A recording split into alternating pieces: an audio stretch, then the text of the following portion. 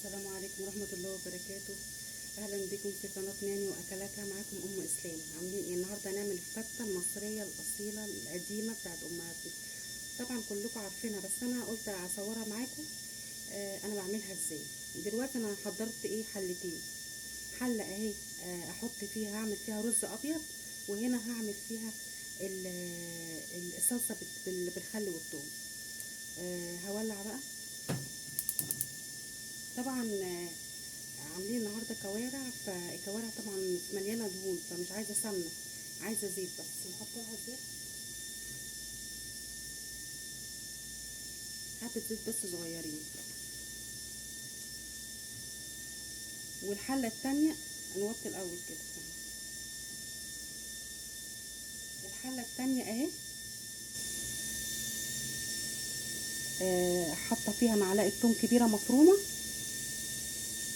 واحط فيها برضو حبه زيت. فهنعمل الاتنين مع بعض، مش عايزين سمنه خالص. خلينا بقى دلوقتي نعمل الرز الاول، عشان الرز ياخد ايه وقت، عشان نسيبه على النار يستوي. حطينا زيت، احط بقى الميه. حطيت كوبايتين ميه على جهه اما اشوف كده الرز، لما اجي احطه اشوف انا عايزه ميه تاني ولا لا. احط معلقه ملح ابيض.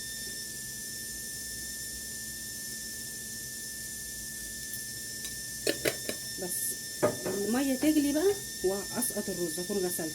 انا بقى اعمل معاكم الصلصه دلوقتي كده. الثوم اهو، معلقه ثوم كبيره ومعلقه زيت. نقلبها لغايه ما تصفر. طبعا الحله هناك اهي اللي هنعمل فيها الرز، نعمل حاجتين مع بعض. والفته ما بتاخدش اي حاجه، بس انا ايه قلت يعني تشوفوا انا بعملها ازاي، يعني طريقتي معاها ايه. يعني كل واحد بيعمل بطريقه حسب ما اتعود وحسب ما طلع من البيت عامل ازاي، يعني بيعملوا ازاي.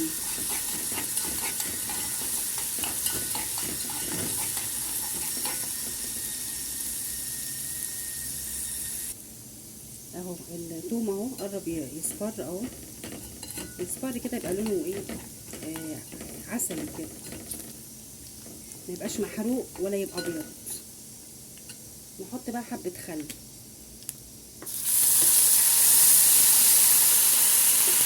يعني مثلا ربع كوبايه خل ابيض. شويه كده هنحط الصلصه.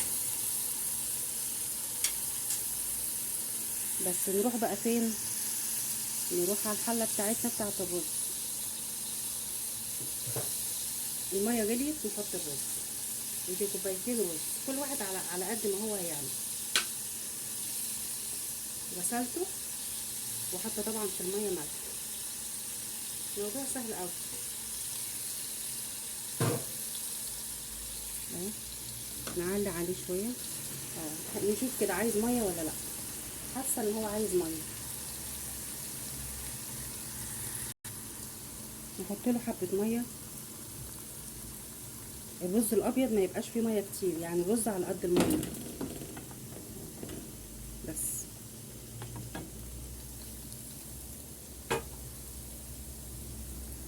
نسيبه بقى لما يغلي، نشوف بقى عملت ايه معانا الثوم. نحط بقى الصلصه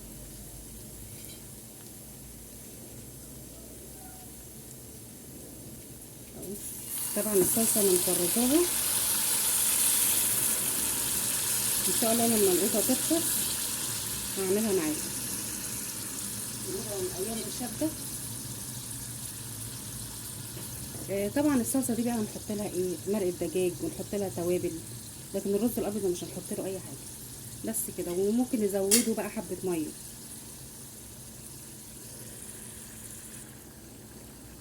زي ما انتم شايفين اهو الصلصه. نحط مرقه دجاج، نحط حبه ميه صغيرين. لو عوزنا ميه لقيناها تقيله قوي، عايزينها يعني لا تقيله ولا خفيفه، يعني حلوه كده تتحط فوق الفته تبقى حلوه، متبقاش ميه. هي طبعا انا عاملاها صلصه، الصلصه دي عاملاها تقيله اصلا. واحط لها حبه كمون وفلفل اسود وكزبره. عندنا الدقه اللي احنا كنا عاملينها قبل كده اهي، اهي اهي الدقه اللي احنا كنا عاملينها قبل كده، فيها كمون وفيها كزبره وفيها شطه وفيها ملح. نحط حبه بس صغيره يبقى على بعض كده. يعني طبعا نخلي بالنا من الملح عشان مرقه الدجاج فيها ملح. بس سهله جدا وبسيطه. طبعا الفته دي في كل بيت، كل الناس عارفينها، ما يقدروش يستغنوا عنها في اي عيد، اي مناسبه، اي حد جاي. سريعه، اكله سريعه، تسلقي لحمه، تسلقي فراخ، جنبيها الفته. الرز طبعا اهو بيغلي.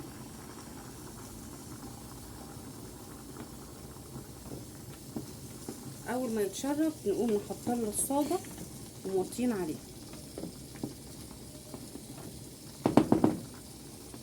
بس فته بسيطه وسهله، وان شاء الله اعملها معاكم لغايه الاخر. وطبعا بالعيش بيتحط من تحت، والفته والرز الابيض بيتحط من فوق.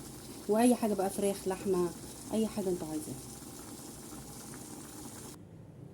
الرز استوى والصلصه اهي استوت. عملت طبعا عيش محمص، قطعته وحطيت عليه حبه شوربه صغيرين يا دوبك بس يعني يتبلي كده.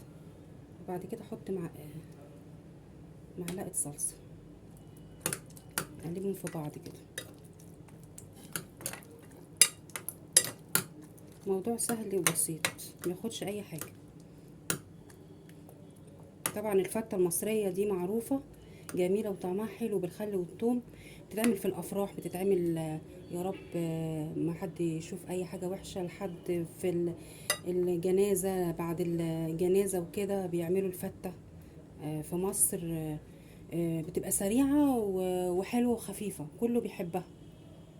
هنجيب بقى الرز الابيض ونحطه. نحط بقى الصلصه، حطينا الرز اهو، نحط بقى الصلصه.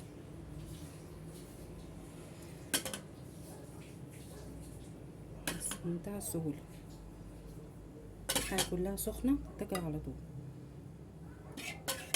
ونسيب حبه صلصه نحطهم ايه في طبق صغير. حطيت الكوارع طبعا بعد ما استوت، احط عليها، رش عليها ملح وكمون. احنا بنحبها مسلوقه، في ناس بتحبها بصلصه. دي اكله تانية بقى، نوع تاني يعني، طريقه تانية. دي طريقه خفيفه وسهله. آه بس حطيتها كده